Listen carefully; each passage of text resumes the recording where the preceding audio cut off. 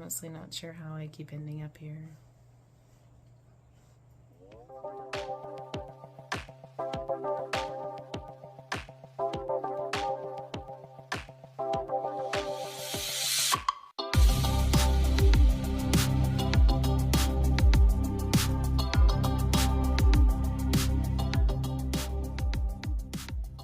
Alright, so guys, if you are new here, my name is Karen. This is Southern Keto 4.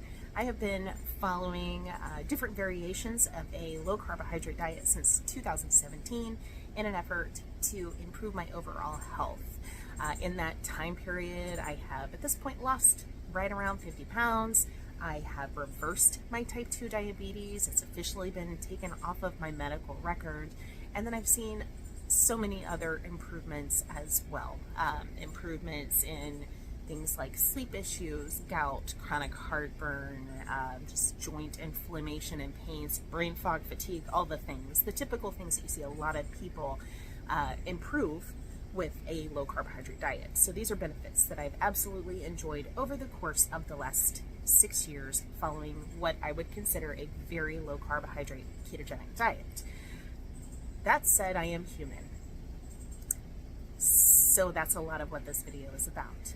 It's about being human. Now, if you guys are returning, thank you for clicking on today's video. I do appreciate it. Welcome back. So let's dive into it. I have some thoughts. As you can tell from the title of this video, we are just restarting altogether. I am pretending like it is day one of my journey. Yes, I've celebrated 6 years and that's been awesome. But I feel like the last few weeks have put me in a position where I really just need a blank canvas and a clean slate, and I need to consider this a start over moment. So let's explain that, okay? Not seeking any kind of sympathy or anything like that. Just gonna kind of explain what's been going on, just because I feel like I'm not the only one that these things happen to, or the only person in the world that has real life that's happening around me every single day. So if I'm sharing this with you, I am sure that some of it might be relatable. So if you don't want to hear me blab, you might want to skip to a different video because this is going to be a talking one. The last few weeks have been hectic. Okay, so end of the summer, firstly, I have a high schooler who is going back to school. That whole process has been hectic as far as preparation for school. Also, schedule changes. My work schedule has changed as a result so that I can accommodate dropping her off and picking her up from school. Everything as far as home life in the afternoons and evenings has changed. So it's just been a little disrupted, and we've found it difficult to kind of get into the rhythm over the course of the last couple of weeks. That is the day-to-day that has changed and kind of disrupted my norm. I also have had some major emotional setbacks these last couple of weeks. So let me explain. You can skip ahead a few minutes if you want to not be a part of this. So some of you may know, some of you may not, but my mother is in late to end stage dementia. I live about 300 miles from my parents. I live where I grew up, where I was raised. My parents, after they retired, they moved away to a place where the cost of living was lower, where things were slower paced, and they could enjoy their retirement. But as a result, there's some distance between us, and between family and financial obligations, I don't have the freedom to take as much time off as I would like to go visit them. So I typically go every 6 to 8 weeks to stay for a few days and visit with my parents. I will show you kind of a pretty picture of their background, what they get to see every single day. The last couple of trips have been really difficult, and honestly, when I went up in June, of course it's August 31st now, I went in June to see my parents, and that was the worst trip to that point. The decline in my mother had been very drastic from the previous visit. When I was there in June was the last time that she was able to walk assisted with a walker. When I went up a week and a half ago,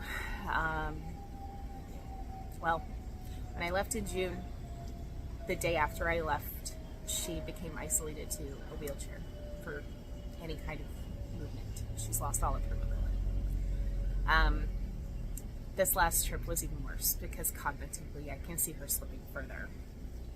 And I feel like we are entering a season of a lot of lasts. And while I feel like I'm really trying to be practical in how I approach these things, I'm still hurting with it. So it's still tough for me to navigate. I haven't lost a parent, and so it's depressing. And I feel like I'm grieving already, even though I know that I'm going to have a lot more grief after. I'm rambling, but to sum it up, it's been a tough couple of weeks.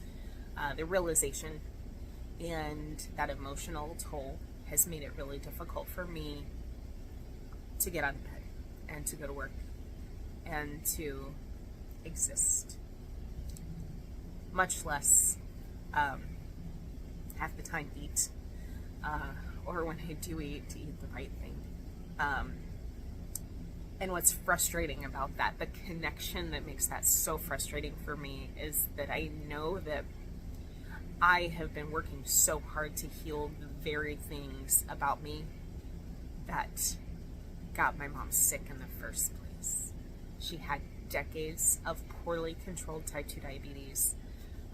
She was always the one that her doctor would recommend a pill or something, and she saw that as her ticket to getting better. She never wanted to change her diet, and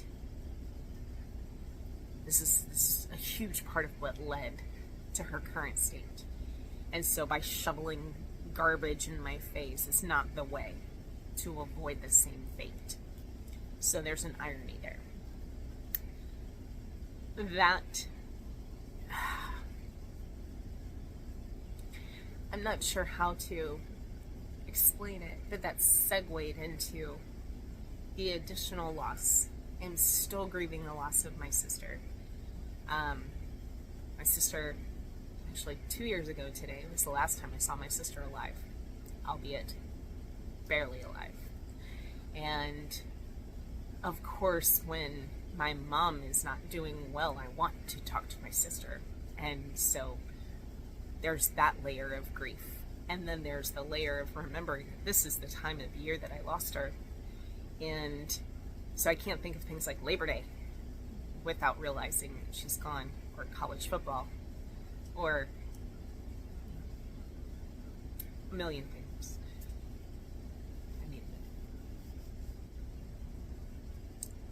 it. So I guess what I'm saying after all of that is that emotionally I've been kind of wrecked lately. And I know I'm not the only person that experiences loss or difficulties or daily struggles or routine changes or schedule changes or whatever. And I know that there are people that have it way worse than me. And the thing is that we are all humans, and we are all navigating this every single day, every week, every month, the best way that we know how at this point in our lives. And I know enough. I know the way to be healthy. I know the way to reach my goals. But it's been a struggle for me lately to put any focus or emphasis on that. So, why am I doing this video? Let's jump to that, to the purpose of this now kind of rambly video. My purpose is I need a clean slate. I need a blank canvas. I need a fresh start. I need all the things. So we're restart. That's what we're doing. We're restarting everything today. I am considering this day one. This past 6 years has been awesome, and I have had my share of ups and downs. But I need to really jump in and improve my life for a multitude of reasons, for my family, to avenge my mom and my sister and their illnesses, to prevent my kids from having to see that kind of decline in me. I have a family that loves me, that needs me to have energy and to be able to manage my household and to accomplish things and to work and to feel good and to have a clear mind and to not be depressed and to inspire them to be healthy too. And I want this to start over with day one. I want to day one it again. And not just like I'll start Monday, day one, because today is Thursday. And I guess technically tomorrow is my day one because it's like 6 p.m. But this is what we're doing. All right. So September 1st is my new day one. That will be my new Ketoversary. That will be my new start. And what's funny is that I realize in sharing this that there's going to be judgment and there's going to be criticism. For the most part, this community is full of really awesome and inspiring and motivating people, super supportive people. But 5 minutes in the comment section of any keto or carnivore influencer, and you're going to see garbage humans too. You know, I think that it is easy sometimes to forget that people, just because we are willing and take the time to record what's happening in our lives, like people forget that we are very imperfect, and a lot of us mess up, and a lot of us do things differently from how other people may do them. And it's important to remember that that kind of thing is okay. It is okay to be imperfect, and it is okay to have to start over. And that sometimes starting over is the brave thing. And admitting that you are starting over is the brave thing. And jumping in and committing to something major is a brave thing. So I'm trying to be brave, and I know that it may be met with some people who might have some mean things to say, whatever. You know, some people are just really hateful. I don't know. You can't fix everybody. But regardless, we're starting day one tomorrow, September 1st, day one. I have an event coming up, and I'm super excited to totally change the tone here. My sister-in-law and I are heading to Keto Palooza in October. This will be my first ever low-carb event that I'm going to. So I'm already like pre-fangirling over the speakers. I am really excited about all of the people that I'm going to have an opportunity to meet. Some of my friends who have channels and groups and everything within the community that I'm going to have a chance to meet. That part's going to be awesome. People who have, that is there's a spider on my ring light, guys. Now I'm going to be itchy for the rest of the time that I'm out here. Please just stay there. If you stay there, we can be friends. Okay, I won't kill you. Just, stop moving. Are you a jumping spider? If you're a jumping spider, you can stay. As long as you want, just don't jump on me.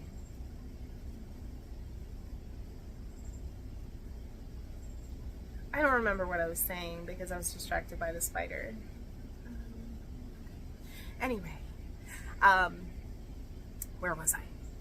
I'm excited. Okay, I'm excited about traveling. I haven't flown in a few years. I'm excited about flying. I'm excited about having kind of a girls' weekend with my sister-in-law. She is super awesome, and so hanging out with her is going to be a breeze, and it's going to be super fun. Hanging out at Keto Palooza, we've booked to stay at the hotel where the event is being held, so that part's awesome. From what I understand, there are tons of amazing restaurants and things nearby, so I'm excited about that. This frickin' jumping spider is facing straight towards me, and I swear if it jumps on me, I'm going to beat myself to death. It's on my phone now. Okay.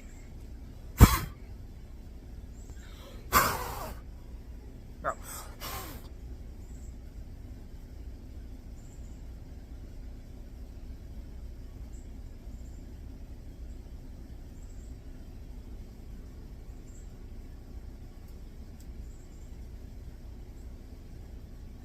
Okay. in case y'all weren't aware, spiders freak me out. All right. And yes, it might have been like the size of a dime, but it still has 8 legs. All right, still a spider. It is what it is, and I'm freaking out because now I've lost it, and I can't find it, and I don't know where it is, which means it's more likely to get on my body. All right. Anyway, I'm so super excited about Keto Palooza, getting to meet everybody, getting to hear all the speakers, and just surround myself with the community full of support. I'm very, very excited about that. So that said, that is my short term, my goal, my short term, like you have these goals you want to reach by a certain time, and Keto Palooza coming up, I feel like is motivation for me to really get serious so that I can provide some insight and some results and, improvements and things that I can share and pass along to the people that I care about in this community. So as a result, we're going to start a personal challenge. This is the Karen Challenge. It is 5 weeks to the day until I leave Charleston to head to Louisville, Kentucky for Keto Palooza. So I am going to give myself a 5-week challenge daily. I'm going to upload a vlog. They might be 10 minutes, they might be 15, they might be 4. I don't know, but I'll share what I'm eating those days. And then any insight or things that I might have. I'm also going to try and test as far as doing some blood sugar and ketone testing throughout, so I might include some of those numbers in as well. That's straight. Freaking spider is back. Dude, you are cute. Stop looking at me, man. If you jump on me, I'm going to end up hitting you and squishing you, and I don't want to squish you. Like, I don't want to kill you. I just want you to find something else to do. Bro. If you jump on my frickin' phone again, I swear. Bud, I swear.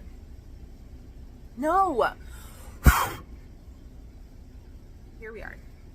What are my goals going to be for this whole entire thing? What's the plan? What's the plan? What are the goals? Over my experience, I've dabbled in different things. Done keto, done carnivore, done ketovore, any mixture of the two. Or 3, that's 3. I have played around with intermittent fasting. I've played around with PSMF, or protein sparing modified fasting. I have played around with fat fasting. I have done really high fat versions of keto and carnivore, and I have done more fat or calorie restricted versions of keto and carnivore.